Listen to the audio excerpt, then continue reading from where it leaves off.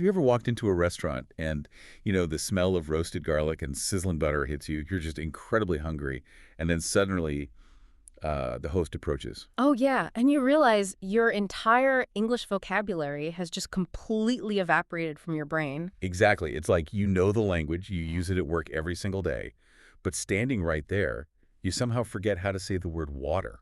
Right. It is a universally agonizing experience for language learners and even really advanced speakers. Totally. Because that sudden spotlight, it triggers this mild fight or flight response, and the very first thing to shut down under pressure is the brain's language processing center. Wow, so you aren't actually losing your English, No, not at all. Your brain is just, temporarily prioritizing survival over grammar. which is completely unhelpful when you just want a sandwich. I mean, come on. Yeah, very unhelpful. So today, our mission is curing that specific panic forever. We are taking a deep dive into a really comprehensive set of sources on restaurant English, tailor-made for you, the listener. And we have some great material to get through. We really do. Yeah. But, okay, let's unpack this, because here's the critical shift for today's deep dive. If you're listening to this, you likely already know the vocabulary. We aren't here to, teach you the dictionary definition of a fork. Right. You don't need that. Exactly. We are mapping out the cultural blueprint. We're going from walking through those front doors to paying the bill, all to prove that you don't need these complex, multi-clause sentences to sound perfectly natural and polite. Because what's fascinating here is that the sources reveal a very specific pattern about English communication in these settings. Oh, really? What kind of pattern? Well, the goal isn't to construct these elaborate Shakespearean requests. It's not a dictionary test. The goal is to master a few highly modular, highly adaptable sentence structures. Just a few templates, basically. Exactly. And when you understand the psychological and cultural mechanics of why these specific phrases work, they stop being words you just have to memorize. They become tools. Yes, tools you can naturally wield. Yeah. It's all about the what to say and the why it works culturally. I love that. So let's start at the threshold, the literal front door, because this is that very first moment of potential panic, right? Securing a table. The initial hurdle. Yeah, and if you establish your confidence right there, it totally changes your posture for the rest of the evening. Okay. But look at our sources. The recommended phrases are almost shockingly brief. They really are. Like they say to just use a table for two, please, or how long is the wait? So you know what to expect. Right. But I have to push back on this a little bit, because entering a bustling restaurant in a second language, it feels incredibly vulnerable. It's like stepping onto a stage without a script. That is a great way to put it. Right. So why do we always feel this intense pressure to over-explain ourselves? Like we need to give our entire life story when asking for a table. I mean, we've all done it. I know I have. I feel the need to be like, hello, good evening. I am here with my friend. We're very hungry. If it is not too much trouble, we would like to sit. I mean, just saying, a table for two, please, actually polite? Or does it just sound robotic? It doesn't sound robotic at all, actually. It sounds fluent. Really? Yeah. And the reason you feel that urge to over-explain is, well, it's deeply rooted in the psychology of language insecurity. Oh, that makes sense. Right. When we feel out of our depth, culturally or linguistically, we subconsciously try to compensate. We equate word count with politeness. Wow, yeah, we think more words equals more respect. Exactly. We think that by wrapping our request in 20 layers of apology and explanation, we're showing respect. Because, I mean, in a lot of cultures, establishing a conversational relationship before making a request is the polite thing to do. Precisely. Yep. But the cultural context of an English-speaking restaurant, particularly in fast-paced urban environments, it heavily values efficiency. So brevity isn't rude. Not at all. The source emphasizes these short, clear sentences because in this specific environment, brevity is actually a form of respect. Because they're so busy. Right. The waitstaff is managing dozens of tables. By over-explaining, you're taking up their time. Clarity is kindness.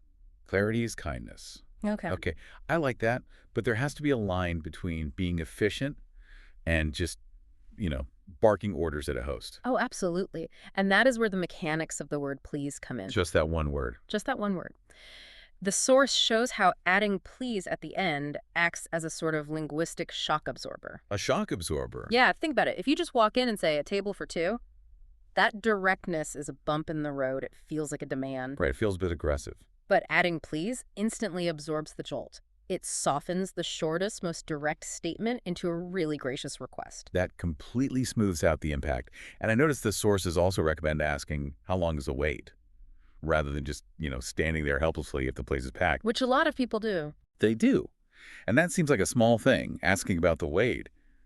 But it shifts the power dynamic, doesn't it? It really does. It moves you from this passive state of just hoping they seat you to an active state of gathering data. Right. When you manage your own expectations, your anxiety just plummets. You know it's a 20-minute wait, so you can relax. You're in control of the situation. All right, so we've crossed the threshold, our shock absorbers worked, and we are seated. We've asked, could we have 2 menus, please? And now we are staring at them. The next big hurdle. Yes, a major psychological hurdle. The paradox of choice. Because now we have to figure out what to eat without accidentally ordering a fiery disaster or like an ingredient we absolutely hate. And a large, unfamiliar menu can feel like an exam you forgot to study for. Oh, 100%. The cognitive load of trying to translate 50 different dishes while the waiter is hovering nearby is just immense. This is terrifying. But the sources offer really specific tools to dismantle this. They start with these template questions for investigating a dish safely. Right, the modular phrases. Yeah, things like, what's in this dish? Or does this have cheese? Does this have nuts? But here's where it gets really interesting. The sources also heavily lean on asking for recommendations. They do. Phrases like, what do you recommend? Or, what's good here? Now, wait a minute, I have to jump in here. Go for it. Asking the waiter what they recommend feels like giving up complete control. What if they recommend the most expensive thing on the menu? That is a common fear, yeah. Or something I absolutely hate? Yeah.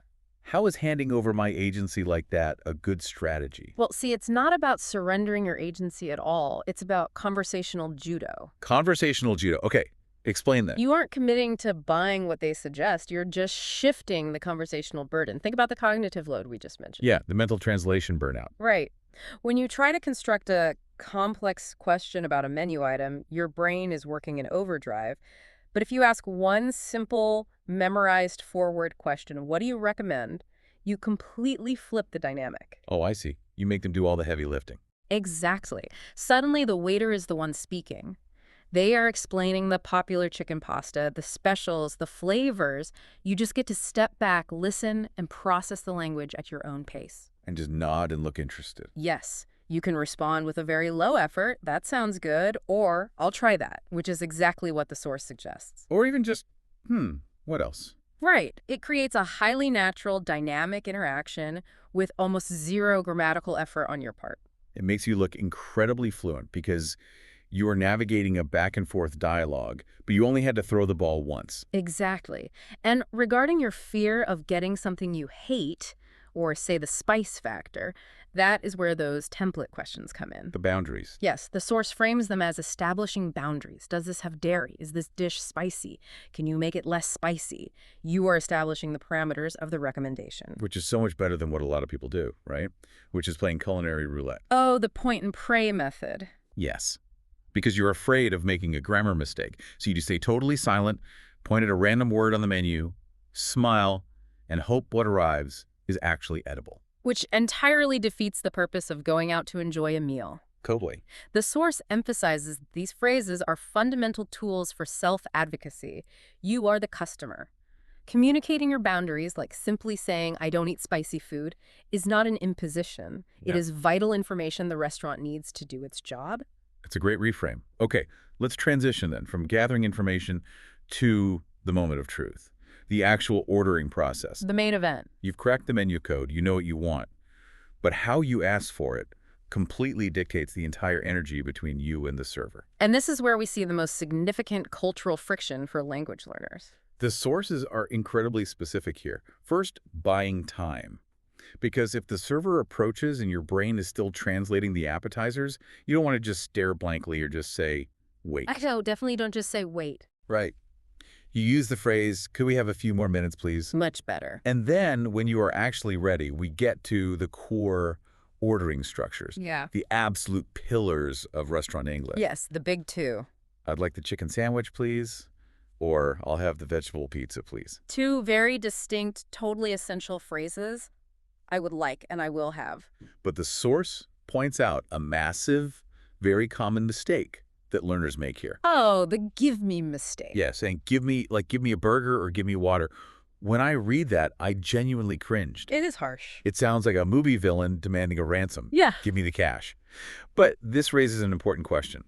Why does direct translation fail us so dramatically here? It's a great question. Because in a lot of languages, like Spanish, for instance, with dame, using a direct command is completely normal. It's just how the language functions. Sure. Why is it so offensive in English? Well, this gets to the very heart of how English-speaking cultures view autonomy. Autonomy. Yeah.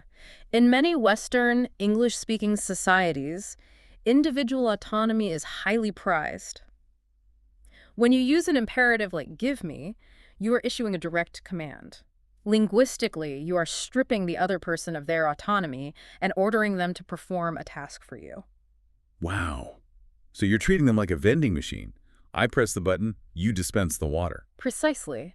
And even though it is technically their job to bring you food, cultural norms dictate that we must soften our language to maintain this illusion of mutual respect and choice. So we don't demand, we request. Right. And that is why the mechanism behind I'd like, which is the contraction of I would like, is so fascinating. Break that down for me, actually. Why does the word would change everything so drastically? Because would is a conditional tense. It creates grammatical distance. Grammatical distance, okay. You aren't saying, I want this right now, make it happen. By saying I would like, you are essentially saying, in a theoretical perfect world, it would please me to have the chicken sandwich. That is hilarious. Right. You are merely expressing a desire and sort of offering the waiter the opportunity to fulfill it. It creates psychological space. Wow.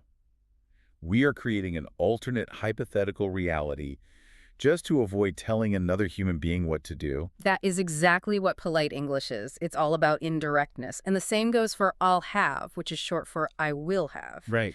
You are stating a decision you've made for yourself, not a command directed at them. Give me a burger directs the action at the waiter. I'll have a burger keeps the focus on your own choice. The difference in the energy is just night and day. And I notice the source applies this even to the smallest things, right?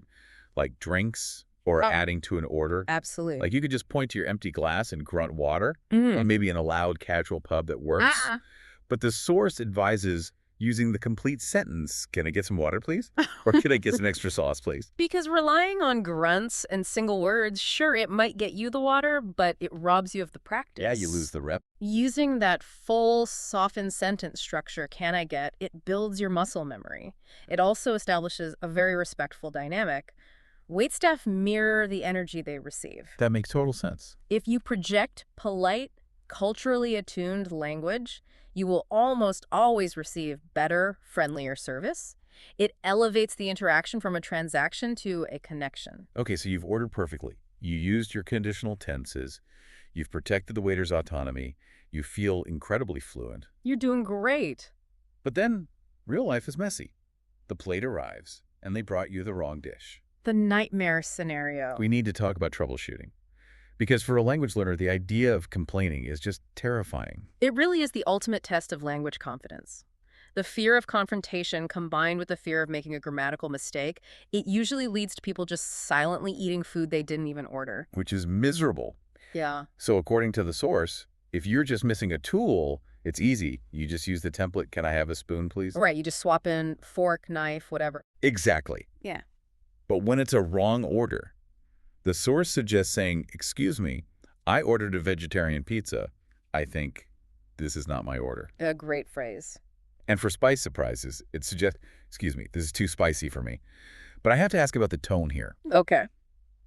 How do we say this without sounding incredibly passive-aggressive? Mm-hmm. If I look at a waiter and say, I ordered the vegetarian pizza, doesn't that inherently imply you messed up, you idiot? Well, it all comes down to objective distancing. Look at the exact phrasing the source provides. I ordered a vegetarian pizza. Notice what word is entirely missing there. Oh, you. Exactly. You are not saying you brought me the wrong food or you made a mistake. Right. The moment you use the word you in a complaint, it triggers a defensive fight or flight response in the other person. They immediately feel attacked.